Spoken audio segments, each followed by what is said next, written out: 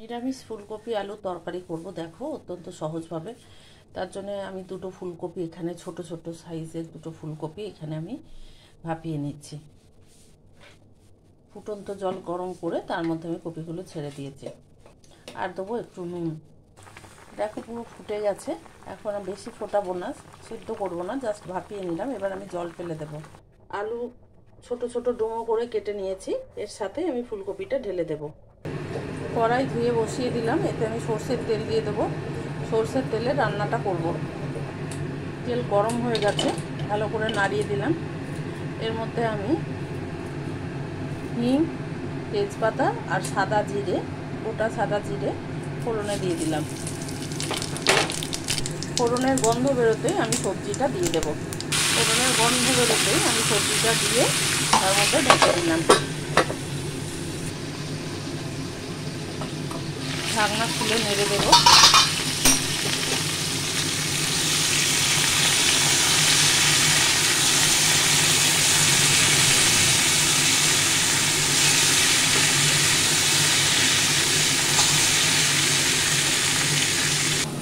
আমি একটা মশলা করে নিয়েছি, আদা আর কাঁচা লঙ্কা।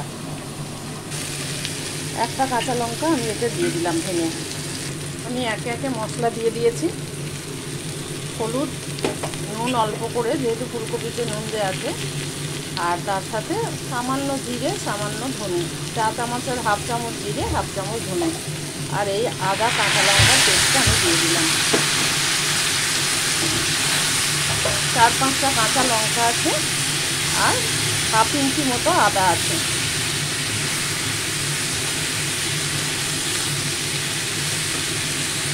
একটু কাশ্মীরি লাল লঙ্কা দিয়ে দিলাম আর মিক্সি ধোয়া জলটা আমি দিয়ে দিলাম। ভালো করে কষানো আমার হয়ে গেছে। এবার আমি এতে গরম জল অ্যাড করে দেব। আমি গরম জল অ্যাড করে দিলাম। তোমরা তোমাদের পরিমাণ মতো জল দিও। আমি একটা ঢাকনা দিয়ে ঢেকে দেব।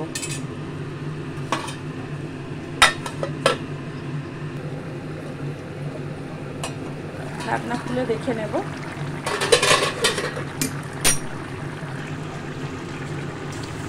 তেজপাতাগুলো তুলে ফেলে দেব, একটু ঘেটে দেবো।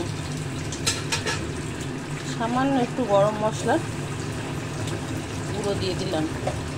এর মধ্যে লবঙ্গ, এলাচ আর দারচিনি তিনটেই গ্রাইন্ড করা আছে। সামান্য একটু চিনি দিয়ে দিলাম, দেখানো হলো না।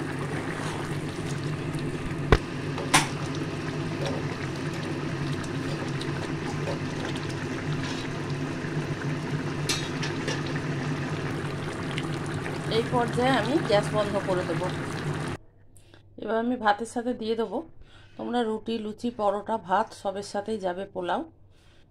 বানিয়ে দেখো, খুব সহজেই বানানো যায়, কোনো রকম ঝঞ্ঝাট ছাড়াই।